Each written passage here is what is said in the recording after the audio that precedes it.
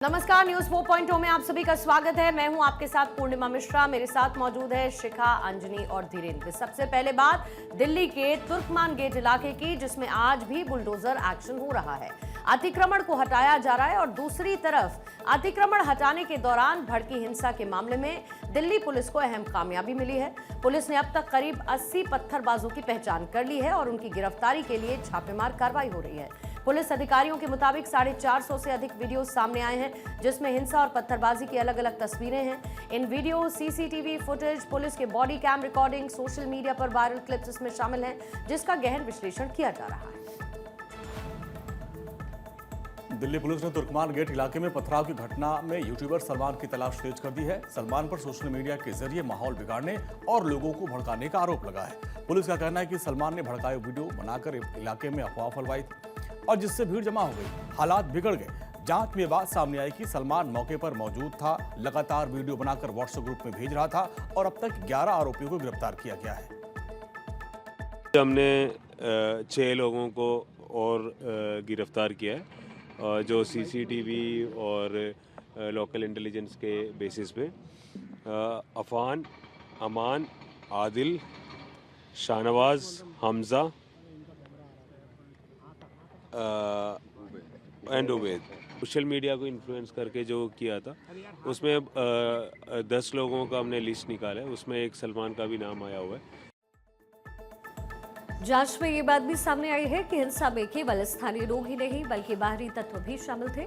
शुरुआती जांच के मुताबिक कई पत्थरबाज तुर्कमान गेट इलाके में के निवासी नहीं है।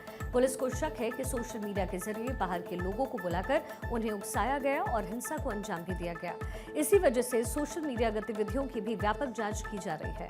मामले की गंभीरता को देखते हुए दिल्ली पुलिस ने एक विशेष जांच टीम का गठन किया। ये पूरी टीम ड्रोन कैमरे, सीसीटीवी फुटेज और तकनीकी निगरानी की मदद से फरार आरोपियों की तलाश में इस समय जुटी है। मस्जिद को तोड़ने का ये था कि मतलब ये एमसीडी मस्जिद तोड़ने वाला है, तो ये क्लैरिटी करने के लिए SHOs of the area, not only in central Delhi, north Delhi की भी एसएचओस, एसीपीस अपने अमन कमेटी की मीटिंग कराया। यहाँ की जो कम्युनिटी का जो मेन रेस्पेक्टेबल्स है, लीडर्स है, जो मौलवीज़ है, इनको बुलाया और इनको भी बताया कि कहीं भी हम मस्जिद को टच नहीं कर रहे। मस्जिद की विसिनिटी की जो एरिया की जो कब्जा है वो अनऑथराइज्ड एनक्रोचमेंट है, वो उसी को एमसीडी टूट रहे। अतिक्रमण हटाने के दौरान हुई हिंसा के बाद तुर्कमान गेट इलाके को छावनी में तब्दील कर दिया गया है। पुलिस और अर्धसैनिक बलों की भारी तैनाती की गई है और सुरक्षा व्यवस्था को और कड़ा कर दिया गया है। दिल्ली पुलिस का कहना है कि फिलहाल हालात पूरी तरह से नियंत्रण में हैं और किसी भी अप्रिय घटना को रोकने के लिए सभी जरूरी कदम उठाए जा रहे हैं। पुलिस के वरिष्ठ अधिकारी लगातार पूरे इलाके पर नजर बनाए हुए हैं और लोगों से अपील कर रहे हैं कि वे अफवाहों पर ध्यान न दें और शांति बनाए रखें। बीजेपी अध्यक्ष जेपी नड्डा आज से 2 दिवसीय बंगाल दौरे पर हैं और जेपी नड्डा के इस दौरे को मिशन बंगाल के लिहाज से अहम माना जा रहा है। वो प्रदेश इकाई की कोर कमेटी के साथ बैठक करेंगे और विधानसभा चुनाव की तैयारियों पर विस्तृत चर्चा करेंगे। इसके साथ ही जिला स्तरीय पार्टी नेताओं से बातचीत होगी और संगठन की जमीनी स्थिति की जानकारी लेंगे। JP Nadda BJP doctor cell के सदस्यों से भी मुलाकात करेंगे। कार्यकर्ताओं के साथ संवाद कर उन्हें चुनावी रणनीति और संगठनात्मक मजबूती का मंत्र देंगे। पश्चिम बंगाल में होने वाले विधानसभा चुनाव को लेकर भारतीय जनता पार्टी ने अपनी तैयारियों को तेज कर दिया है।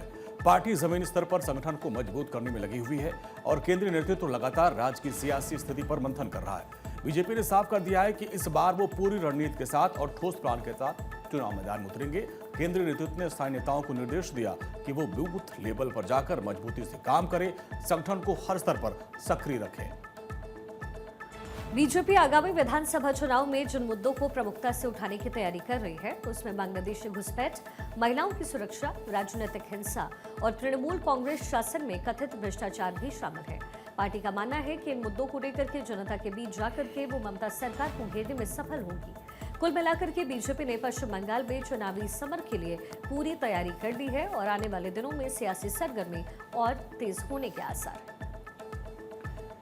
बंगाल विधानसभा चुनाव नजदीक आते ही राज्य का सियासी पारा भी चढ़ने लगा है। बीजेपी इस बार बंगाल में जीत हासिल करने के लिए पूरी ताकत झोंकने की तैयारी में है। पार्टी ने बूथ स्तर से लेकर केंद्रीय वॉर रूम तक की विस्तृत रणनीति तैयार की है, जिसकी कमान सीधे केंद्रीय गृह मंत्री अमित शाह, बीजेपी अध्यक्ष जेपी नड्डा, बीजेपी के कार्यकारी अध्यक्ष नितिन नवीन संभाल रहे हैं।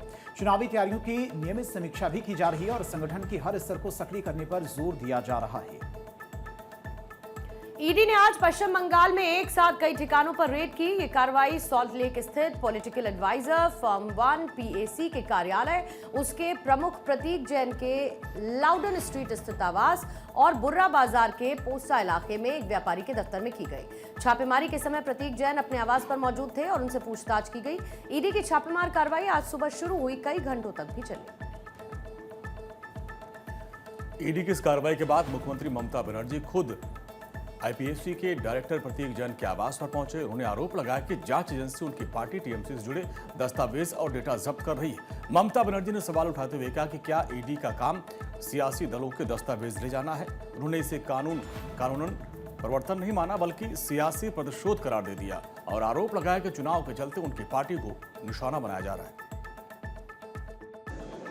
हमारा आईटी ऑफिस में आके अब सब लैपटॉप से सब निकाल के लिया, हमारा डेटा, हमारा एसआईआर का डेटा, हमारा पार्टी का पॉलिसी का डेटा, हमारा कैंडिडेट का लिस्ट, हमारा बूथ प्रेसिडेंट का लिस्ट, हमारा आने वाला स्ट्रेटेजी आप प्रतीक का घर में भी जाके किया है, अब हमारा आईपैक ऑफिस में आके भी किया है। It is not that they are privately operating. साथ ही सीएम ममता बनर्जी ने दावा यह भी किया कि छापेमारी के दौरान ईडी अधिकारी तृणमूल कांग्रेस की हार्ड डिस्क, आंतरिक दस्तावेज और संवेदनशील संगठनात्मक इंफॉर्मेशन जब्त करने की कोशिश करते नजर आए।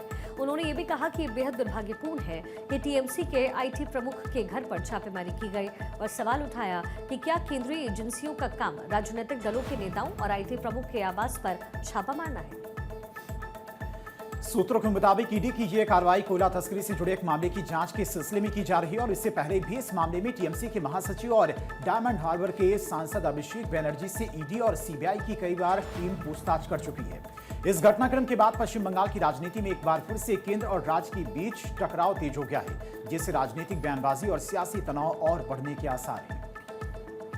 बांग्लादेश में आगामी चुनावों से पहले हिंसा थमने का नाम नहीं ले रही है और इसी कड़ी में राजधानी ढाका में करवान बाजार इलाके में अज्ञात हमलावरों ने बीएनपी से जुड़े हुए एक स्वयंसेवी संगठन के पूर्व नेता अजीजुर रहमान मुसब्बिर की गोली मारकर हत्या कर दी। यह वारदात 7 जनवरी की शाम करीब 8:30 बजे हुई, जहां हमलावरों ने बहुत नजदीक से अजीजुर रहमान मुसब्बिर पर फायरिंग कर दी। इसके बाद गंभीर रूप से घायल मुसब्बिर को बीआरबी हॉस्पिटल ले जाया गया, जहां पर उनकी गंभीर हालत को देखते हुए उन्हें एक निजी अस्पताल में शिफ्ट किया गया। बाद में डॉक्टर्स ने उन्हें मृत घोषित कर दिया। बांग्लादेश में 12 फरवरी को चुनाव प्रस्तावित है और चुनाव से पहले देश में लगातार हिंसक घटनाएं सामने आ रही हैं। इसके पहले प्रमुख छात्र नेता उस्मान शरीफ हादी की गोली मारकर हत्या कर दी गई थी। उसके बाद बांग्लादेश में हिंसा की आग भड़क गई और हाल के हफ्तों में जुबो दल के नेता पर एक जानलेवा हमला किया गया और इन घटनाओं में मोहम्मद यूनुस के नेतृत्व वाली अंतरिम सरकार की कानून व्यवस्था और सुरक्षा व्यवस्था पर गंभीर सवाल खड़े कर दिए। इसी बीच बांग्लादेश में अल्पसंख्यक हिंदू समुदाय के खिलाफ हिंसा के मामले में भी तेजी नजर आई है।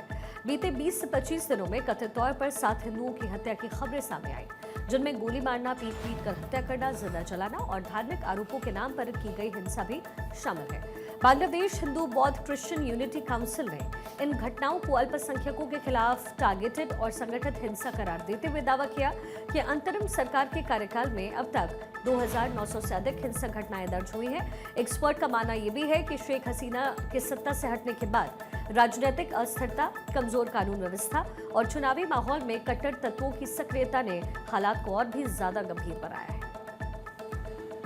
अजीजुर रहमान मुसब्बिर की हत्या के मामले में भी पुलिस ने आधिकारिक प्रतिक्रिया सामने आई। ढाका मेट्रोपॉलिटन पुलिस के तेजगांव डिवीजन के अतिरिक्त पुलिस उपायुक्त फजलुल करीम ने बताया कि इस हमले में 2 लोगों को गोली लगी थी। अजीजुर रहमान मुसब्बिर की मौत हो गई, जबकि एक व्यक्ति गंभीर रूप से घायल है और उसे ढाका के मेडिकल कॉलेज अस्पताल में भर्ती करवाया गया है। पुलिस के अनुसार मुसब्बिर के पेट में गोली लगी थी और शुरुआती जांच में यह सामने आया कि हमलावरों ने बहुत नजदीक से फायरिंग की थी। पुलिस मामले की जांच कर रही है और हमलावरों की तलाश भी की जा रही है। वेनेजुएला पर हमले के बाद अब ट्रंप प्रशासन ने एक और बड़ा फैसला लेते हुए अमेरिका को 66 अंतर्राष्ट्रीय संगठनों से अलग करने का आदेश जारी कर दिया।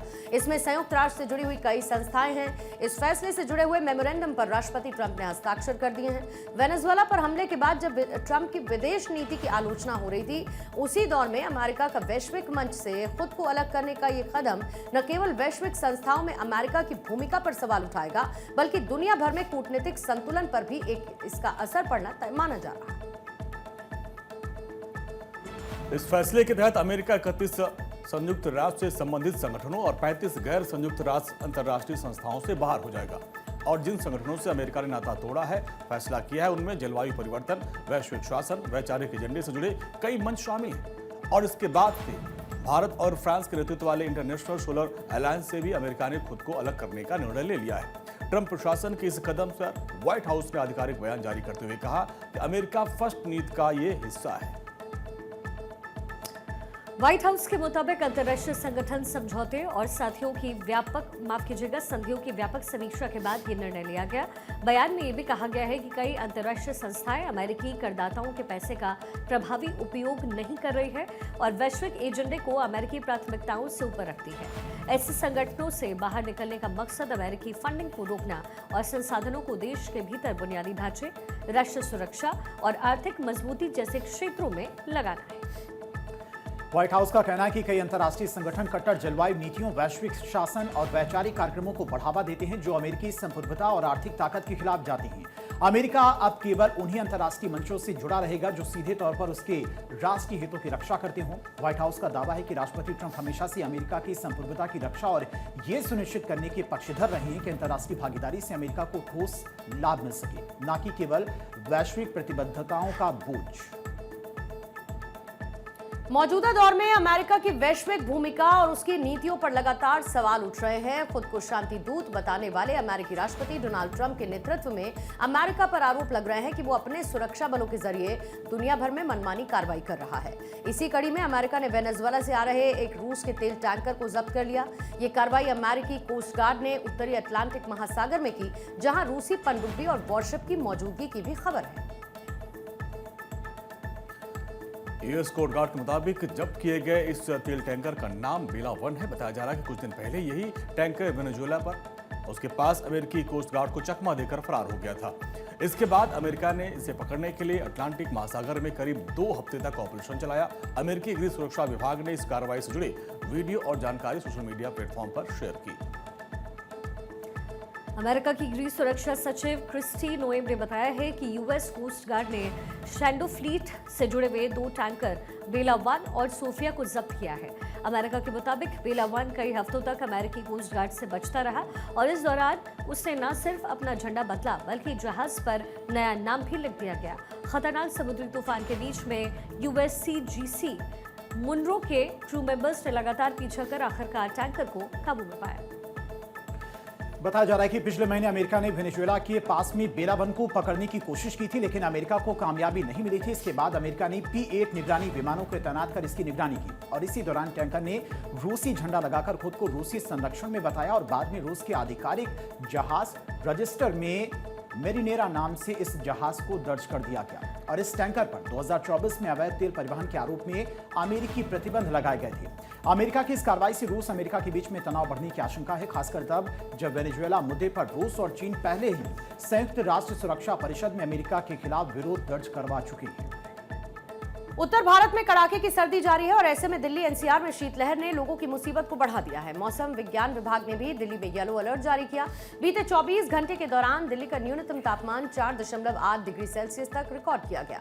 मौसम विभाग ने दिल्ली समेत 5 राज्यों में बहुत घने कोहरे का ऑरेंज अलर्ट जारी किया, तो 9 राज्यों के लिए शीतलहर का अनुमान लगाया गया है। दूसरी तरफ दिल्ली एनसीआर में कोहरे के साथ धुंध ने आम लोगों की मुसीबत को बढ़ा दिया है। दिल्ली एनसीआर के कई इलाकों में AQI 300 के पार दर्ज किया गया।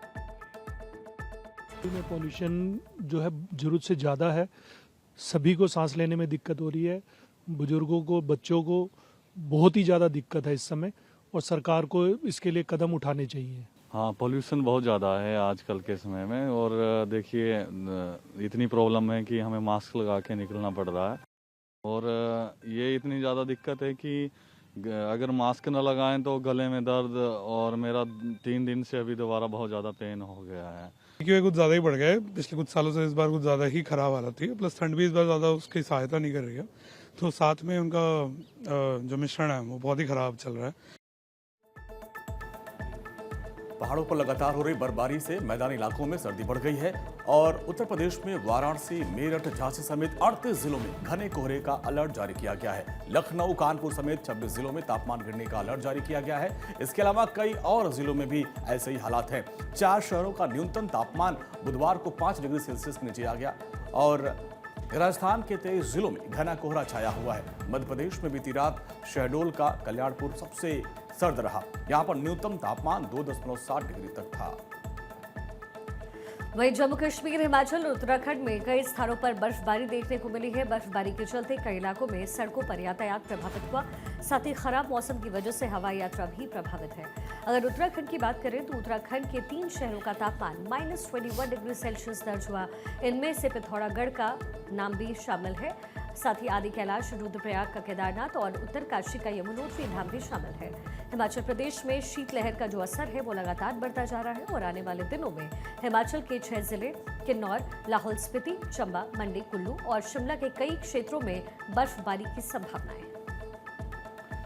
जम्मू कश्मीर के भद्राम में ऊंचाई वाले इलाकों में ताजा हिमपात हुआ है। बर्फबारी के चलते शोपिया के ऐतिहासिक मुगल रोड इलाके की पीर गली, दुबजन और लाल गुलाम इलाकों से गुजरने वाली सड़क पर ट्रैफिक आवाजाही को अस्थायी रूप से प्रभावित हुआ है और पहाड़ों पर हो रही बर्फबारी का असर अगले 2-3 दिनों तक पूरे उत्तर भारत में सर्द हवाओं के तौर पर देखने को मिल सकता है। पंजाब, हरियाणा, यूपी, बिहार, मध्य प्रदेश समेत दिल्ली, एनसीआर में आने वाली वक्त में और सर्दी बढ़ सकती है। मौसम विभाग की तरफ से ये अलर्ट भी जारी किया गया है। हाँ, ठंड तो बहुत ज़्यादा है, हवा चल रही है और क्या कहते हैं, शीतलहर चल रही है बहुत ज़्यादा, इसकी वजह से ठंड पड़ रही है। आप देख ही रहे हैं, लोग टोपी वोपी सब लगा के घूम रहे हैं। ठंड तो बहुत है और इतनी ठंड है कि ग्लव्स डालने के बावजूद भी हाथ पूरे बर्फ की तरह जम रहे हैं। हाँ, बहुत दिक्कत होती है आने जाने में, बैठने उठने में, कहीं लकड़ी की सुविधा नहीं है यहाँ पे। ठंड बहुत है, आजकल से भी ज्यादा ठंड है, कोहरा भी बहुत है, कोहरे में चमकना भी ऐसा हो रहा है, सवारियों का भी निकलना दुश्वार हो रहा है।